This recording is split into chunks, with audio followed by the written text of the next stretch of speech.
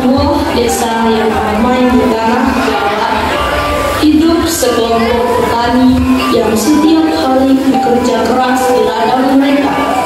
Hasil panen adalah kebanggaan mereka, simbol dari kerja keras dan ketabahan yang telah diwariskan turun-temurun.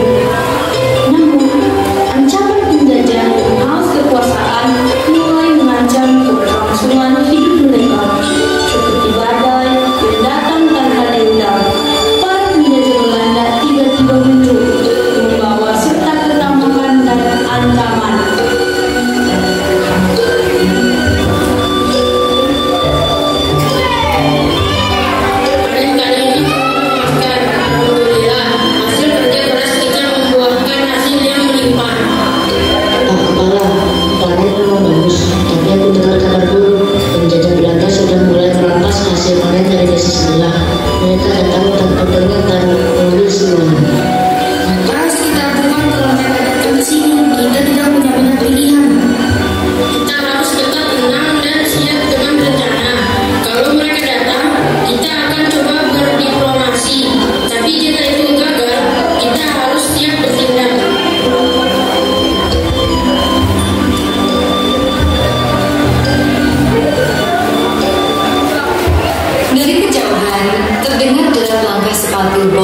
Penjajah Belanda dipimpin oleh penjajah satu yang mulai memasuki desa dengan angkuh.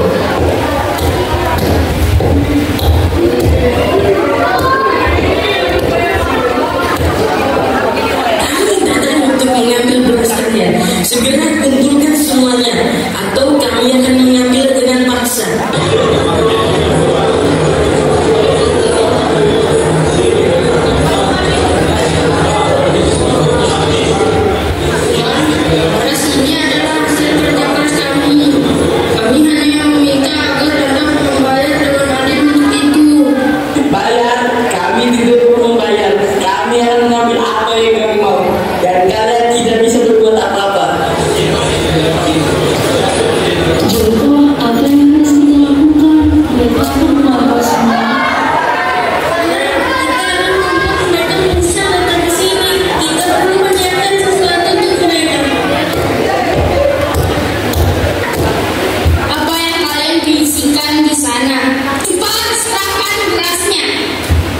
Kami tidak punya pilihan lain, ini berasnya.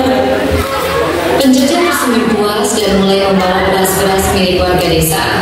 Namun, di balik ketakutan mereka, warga desa mulai merencanakan perlawanan yang cerdik.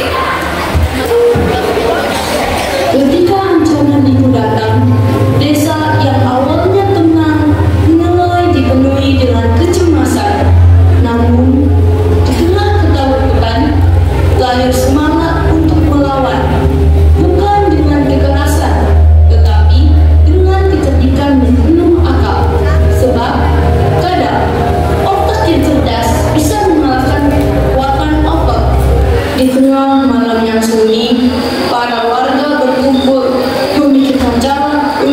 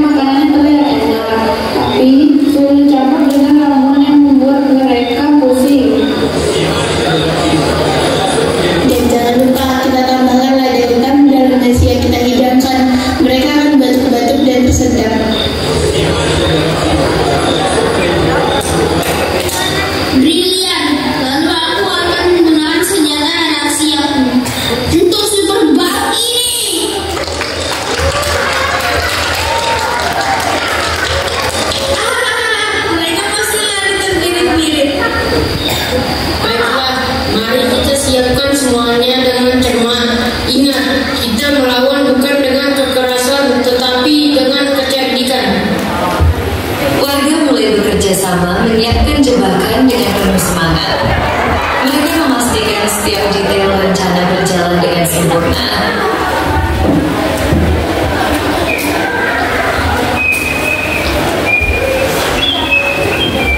Pagi yang dinanti tiba. Penjajah kembali dengan keyakinan bahwa mereka akan membawa pulang tumpukan beras tanpa perlawanan. Tapi mereka salah besar. Warga desa yang cerdik telah menyiapkan sambutan yang tak terlupakan. Karung beras bukan hanya sekedar tumpukan padi, tetapi perangkap yang penuh dengan kejutan. Di saat mereka membuka karung pertama, petualangan kocak pun dimulai.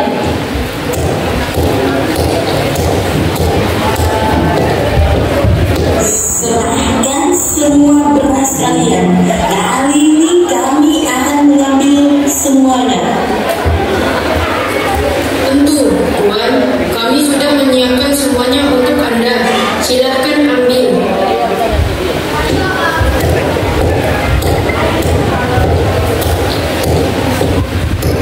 Apa ini? Tipu!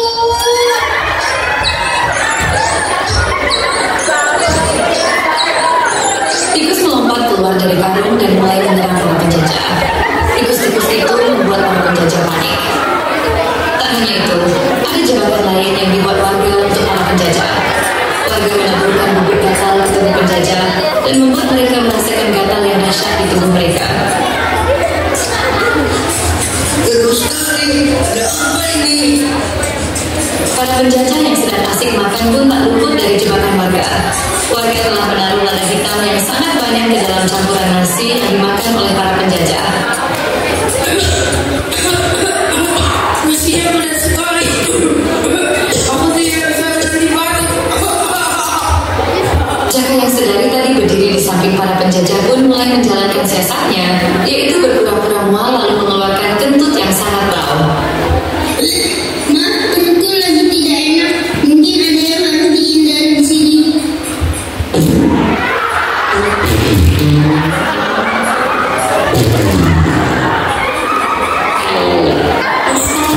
Ini tidak ditoleransi.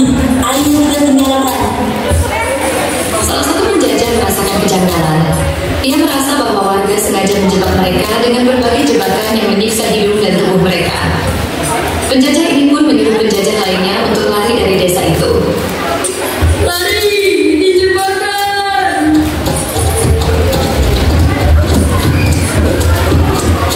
Para penjajah berlarian keluar desa. Mereka merasakan mual, muntah-muntah dan menggaruk-garuk tubuh mereka. Warga desa yang melihat ini ramai-ramai bersorak gembira.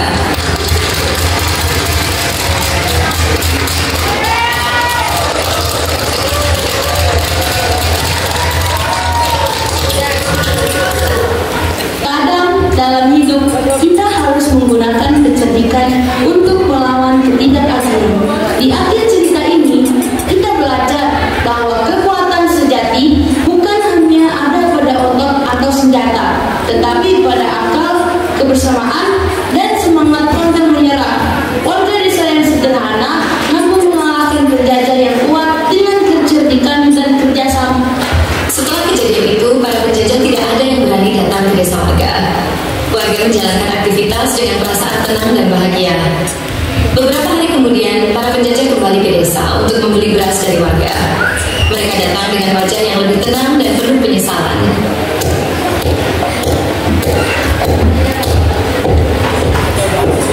Kami minta maaf atas strategi kami sebelumnya. Kami siap untuk membayar beras kalian dengan adil.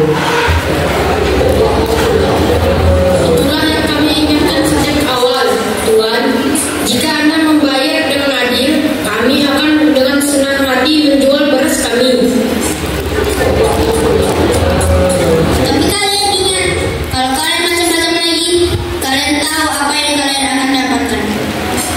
Percayalah, kami tidak akan mengulangi kesalahan yang sama.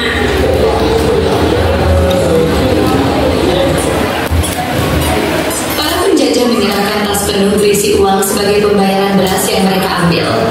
Warga desa menerima uang itu dengan hati yang senang. Tak sembunyi-sembunyi cukup, saya bersama kerja bisa menjadi senjata yang ampuh.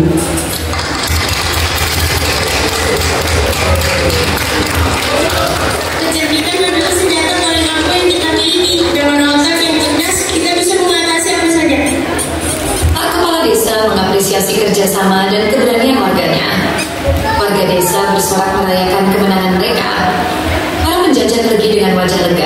sementara warga desa kembali melanjutkan kehidupan mereka dengan penuh kedamaian.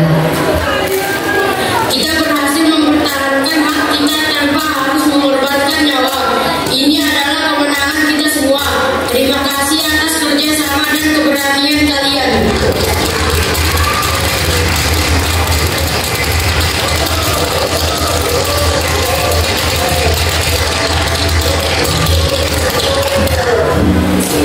Pesan moral, kecerdikan dan kerjasama adalah kekuatan yang lebih besar daripada kekuatan fisik. Dalam menghadapi penindasan, berpikir kreatif dan bekerja sama bisa menjadi senjata ampuh untuk mengatasi segala rintangan. Humor dan kebersamaan dapat meringankan beban dalam situasi tersulit, dan sering solusi terbaik datang dari ketenangan dan akal sehat. Ketika kita bersatu, tidak ada kekuatan yang dapat menindas kita. Terima kasih telah menyaksikan dokumentasi mereka yang berjudul Pasca Pemuda, Strategi Desa Melawan Penjajahan dari Kelas 7C. Melalui kelas Tuanggu, Sutradara Hanura, Televistrasi, Sahabat Amanda, Narator, Yasmin, Koreografi, Indonesia, pemeran, Kenzi sebagai kepala desa, Dara sebagai Joko, Guru sebagai Jaka, Asa sebagai warga desa satu, Raka sebagai warga desa 2, Lea warga desa 3, Sarah sebagai warga desa 4, Alia sebagai warga desa 5, Amanda sebagai Mbak Lesti, Farhan sebagai penjajah 1, Khalid sebagai penjajah 2, Kiran sebagai penjajah 3, Dian sebagai penjajah 4, Tobias sebagai penjajah 5, tim properti Zaina, Ziva, Alina, Adam, dan Alfa. Salam Pasaci.